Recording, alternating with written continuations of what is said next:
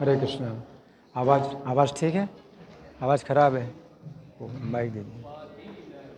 धन्यवाद। तो प्रभु जी ने बड़ा अच्छा वर्णन किया जयदेव गोस्वामी के चरित्र में।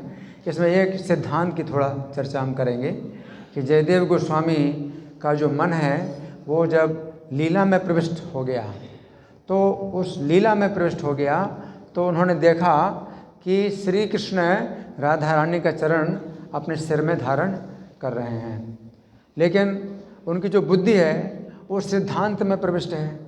तो बुद्धि जो है उसको स्वीकार नहीं कर रही कि कृष्ण तो परम भोक्ता हैं, राधा रानी उनकी भोग्या हैं, उनकी शक्ति हैं, तो कैसे हो सकता है।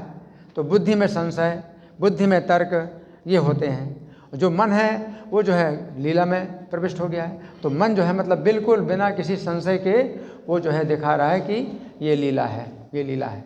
अब कैसे जो है अब जयदेव गोस्वामी कैसे निर्णय करें, तो इस निर्णय को जो है करने के लिए, इसका निर्णय करने के लिए कृष्ण स्वयं ही अगर पुष्टिकरण करें तो फिर मतलब हो सकता है।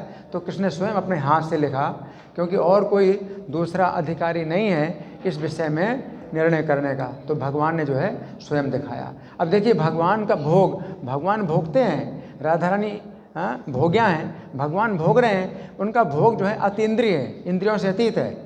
तो राधा रानी के चरण को सिर में रख कर के भी भगवान जो आनंद प्राप्त करते हैं, तो ये अतीन्द्रियम कहा गया, यत्तद बुद्धि ग्राह्यम अतीन्द्रियम सुखम आत्यंतिकम यत्तद बुद्धि ग्राह्यम अतीन्द्रियम।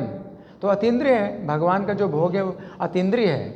और बाल मुकुंद जब मार्कंडेय मुनि ने देखा था प्रलय काल के जल में, तो बटस्य पुत्र पत्रस्य पुटेशयानम, बरगद के जो पत्ते हैं उनके बनी हुई दोने में सो रहे हैं, लेटे हुए हैं, और दोनों हाथों से अपने चरण, अपने दाहिने चरण का अंगूठा पकड़ करके मुंह में चूस रहे हैं। तो बाल मुकुंद तो अपने चरण का जो है आस्वादन कर रहे हैं। यहाँ पर राधा रानी भी उनका ही शरीर है, अर्धांगिनी, आधा शरीर तो राधा रानी है, तो राधा रानी के चरण कृष्ण के ही चरण हैं।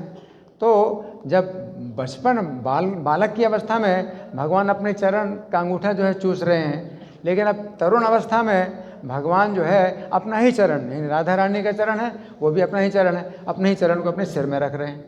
तो भगवान का इस प्रकार का जो है भोग है। भगवान जिस प्रकार से आनंद लेना चाहें उसी प्रकार से आनंद लेते हैं, इसमें हमारा तर्क कुछ काम नहीं करता। हरे कृष्णा।